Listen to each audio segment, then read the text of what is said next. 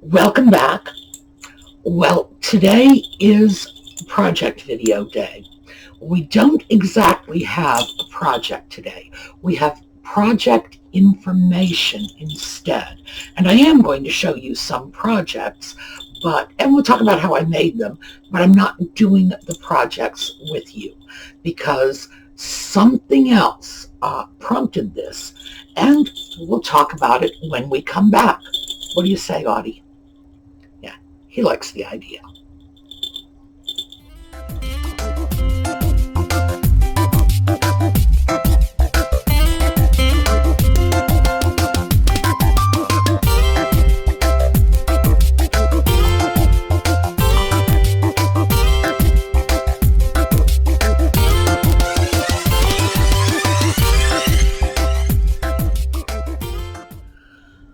Well, before we do anything else, happy birthday, Evelyn. Yes, our littlest subscriber turns 2 today. And Evelyn, I want to thank you for being the face of family friendliness for us. It's a lot easier to remember to keep things clean and family friendly when you have such a cute little face to associate with the concept.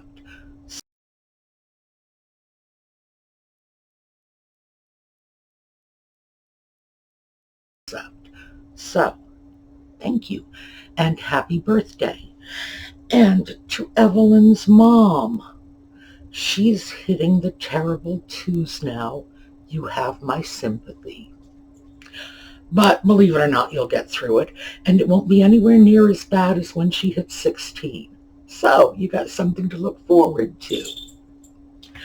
Well, what I wanted to do today was start off with jewelry. Well, actually, the whole thing is jewelry. But let's start off with this. Audie, are you shaking the camera? Please don't. All right, good little cat. This is the little Audie piece that Steffi from Steffi's Beads and Baubles had sent me. Now, I don't know if you can see this. I hope you can. I'm going to move it around a little so you can see it glinting in the light. It's covered in acrylic. Same thing with the back, covered in acrylic.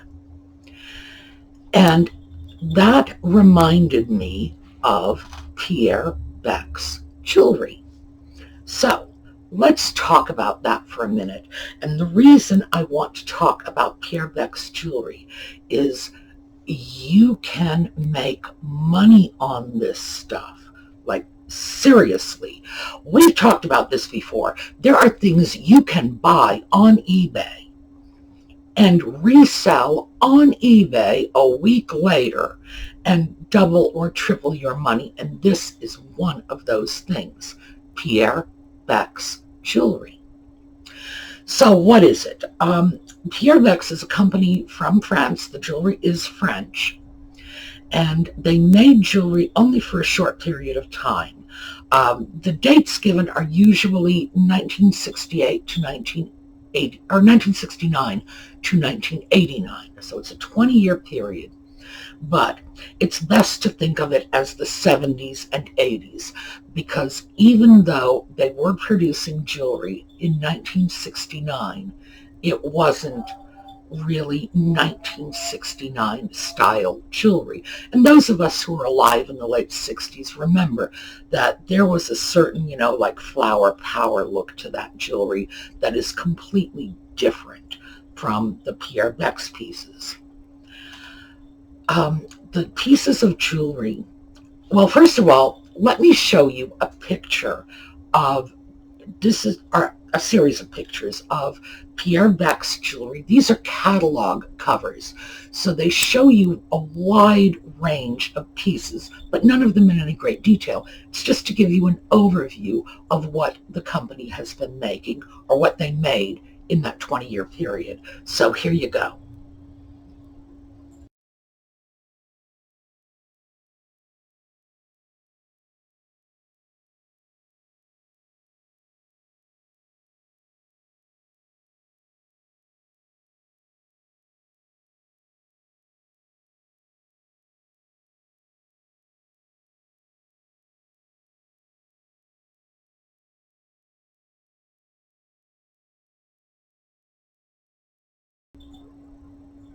Well, that final picture is the type of jewelry I want to talk to you about, because like this little piece, it's acrylic covered jewelry with a heavy acrylic coating on it.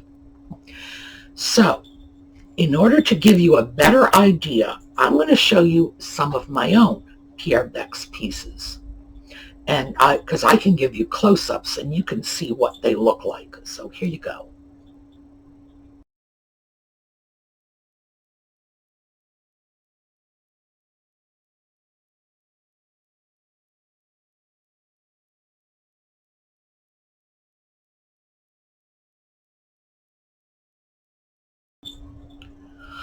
As you saw from the pictures, it was 2 pins, the same style but in different colors. One was blue, one was green, and a pair of earrings that were somewhere between blue and green. They go with either pin, frankly. It can be very hard to get the colors just right on those when you take pictures or you film videos. You know, the equipment you use to screen the pictures, so that would be your television, your cell phone, your computer, can distort colors sometimes. So what you want to look at is not so much the colors, because the colors were iridescent and then they were covered with acrylic. So you tip them one way or the other, and greens look like blues and blues look like greens, and it can be hard to actually say, ooh, that's red, that's yellow. But I wanted you to see them, get to know what they look like. And the reason for this is they are going up in value right now. As we speak, they're shooting up. What that means is you can go on eBay, you can get pins or earrings like that for under $10. And while you're buying your pieces for under $10, identical pieces will be selling for $50 or $60, because the market is in flux, because it's going up. I'm not quite sure why it's going up. The pieces that I showed you, the 2 bar pins that I have, they were from the 1980s. And in the 1980s, and those of us who were alive in the 1980s, which I'm sure is most of us, will remember, there was a trend, a fashion trend, for these high-collared Victorian blouses, and people were wearing bar pins. And if you don't happen to remember those high-collared Victorian blouses, take a look at some of the videos. By the way, they're all over YouTube, of like Lady Diana Spencer, when she and Charles announced their engagement. Look at what she's wearing. Look at the dress she wore when she left after the wedding. Diana Spencer wore these Victorian high-collared dresses all the time. That was what she wore throughout her engagement and through the early period of her marriage. She was, in fact, a remarkably frumpy little girl. You know, for a teenager, she dressed like my great aunt. Oh, not just my great aunt Gertrude. Like, seriously, she was dressing like a woman named Gertrude, and she was 19 years old. Who ever thought that girl would eventually become a fashion icon? But she did. I guess she just eventually happened into some good designers and found her style and gave up, you know, those grandma dresses, because thank goodness for that too. But that was the style. And these pins were just de rigueur for these high Victorian collars, and, you know, the little like jabot things from the lacy frills and whatnot. Those pins are coming back into vogue. I just checked today, because I wanted to make sure my information was completely up to date. So I just checked eBay, and it's all over the place. pieces going for $5 or $6, pieces going for $70 or $80. The same piece selling for $10 one day and $50, oh, plus another $15 to $25 because they're coming in from England in shipping. So people are paying up to $75 for exactly the same piece that will have sold a day or two earlier for under $10. That's what happens when pieces start to appreciate and things start to become collectible. They sell low and then they sell high at the same time because knowledgeable collectors are buying low and they know that the market is there. So why would not the collectors buy the pieces going for $7 or $8? I have no idea. But God bless them for it, because that leaves room for resellers to come in, grab the pieces cheap, price them out higher. And I would say on average, you can triple your money on these pieces just by buying them right now. Now that's on average. Some of them, some pieces that you can pick up for $7 or $8 plus a few dollars in shipping. And remember, if you're in the United States, the shipping is like $5, and that's anywhere in the country. If you're buying from overseas, of course you're going to see $15, $25, whatever. You can triple your money on this stuff easily. So start looking for Pierre Bex pieces. What will really do it is the pins that I have with the matching earrings will shoot the prices way up. So if you can find pieces and then find the earrings that went with them, oh yeah, it'll go way up. That's when you will see, you're getting, 4 or 5 times what you paid. So keep your eyes open and take a look at this and get to know the pieces. The way you do that is go on eBay, go on Etsy, look up Pierre Bex, and then you can go on to eBay. By the way, right now you can go on eBay and find properly identified items. In other words, it says Pierre Bex. You can find them for a few bucks. But the way to get the really good deals is then go in to places like eBay and look for acrylic coated bar pins. And you'll get the people who don't know it's Pierre Bex. They won't be selling it for as much.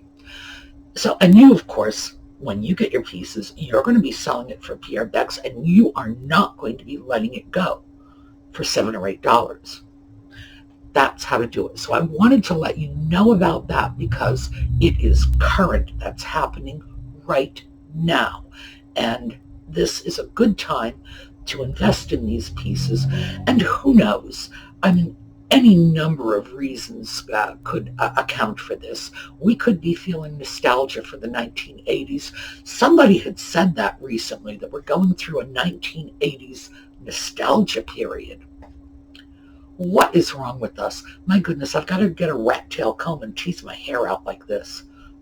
Yeah, my hair really was kind of big in the 80s. I shouldn't admit that, but it was. All right, that was number 1, how to make some money on a current market trend. Number 2, this is right back to jewelry findings. Steffi sent me more than just this one piece. She sent me a whole bunch of jewelry findings. So let's take a look.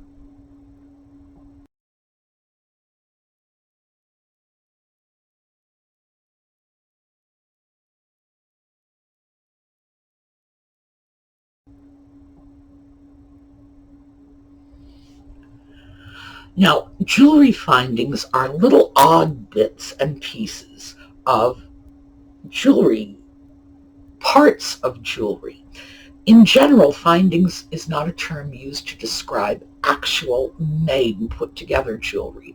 It's used to describe the component parts for making jewelry. So that assortment, as you saw, all kinds of things.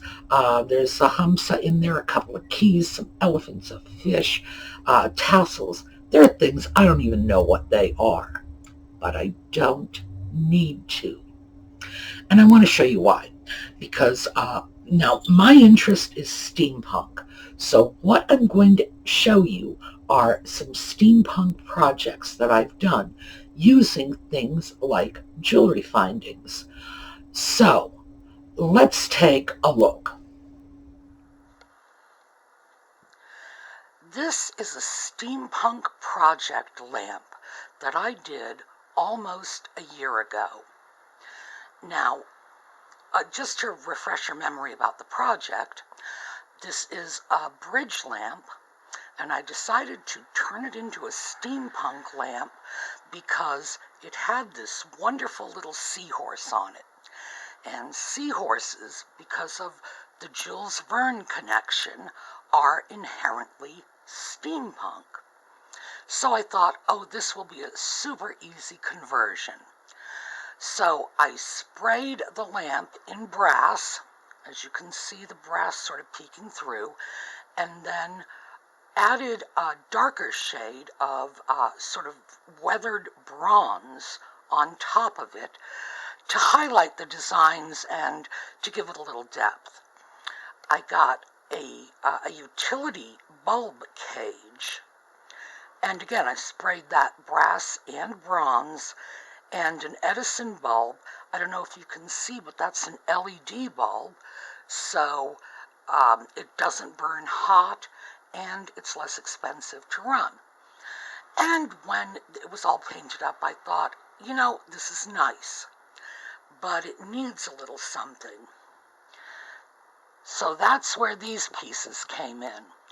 This is just a very long length of chain draped around the lamp pretty much at random with little gears on the ends. That's all. Basically, these gears are nothing more than jewelry findings. But I thought it added something to the lamp, and I threw it out to the jury because this was a project lamp.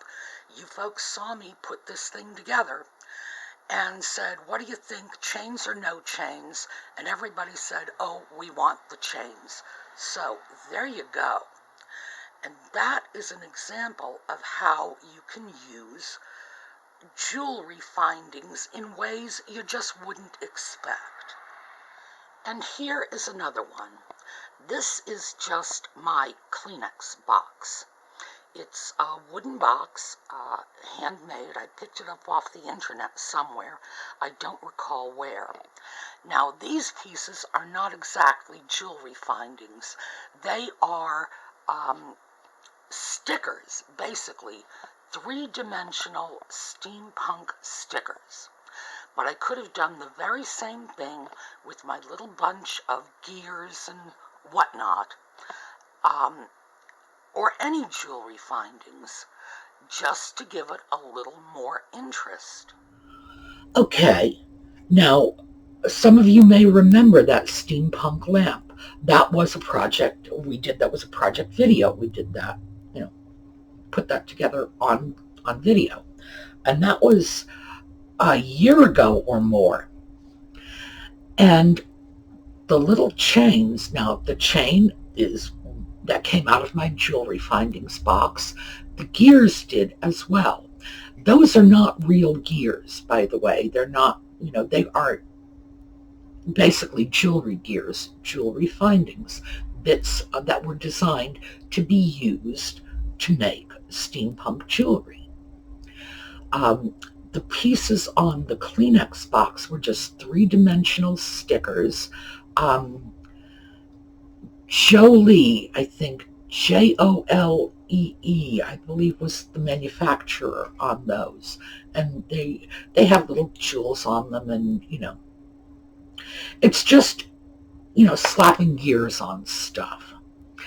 And there are a lot of people, by the way, who just take the notion that slapping gears on stuff automatically makes it steampunk. I have some fun with that, but that in fact is not like real steampunk. It's just, I have a Kleenex box and I'm gonna stick gears on it because, no better reason than that. But I wanted to show you something else that I have done with basically jewelry findings. So here you go.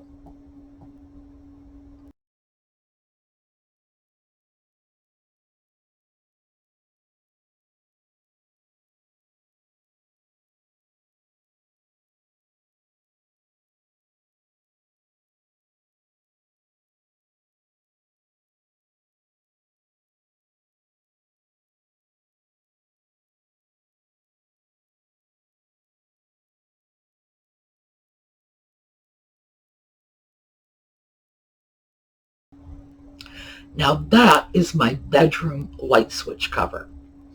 The little round pin that is like it's a gauge, some kind of gauge.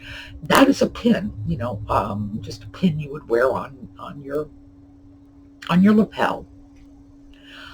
The piece below it, which was also a gauge, but it was a vertical gauge, that was a piece of a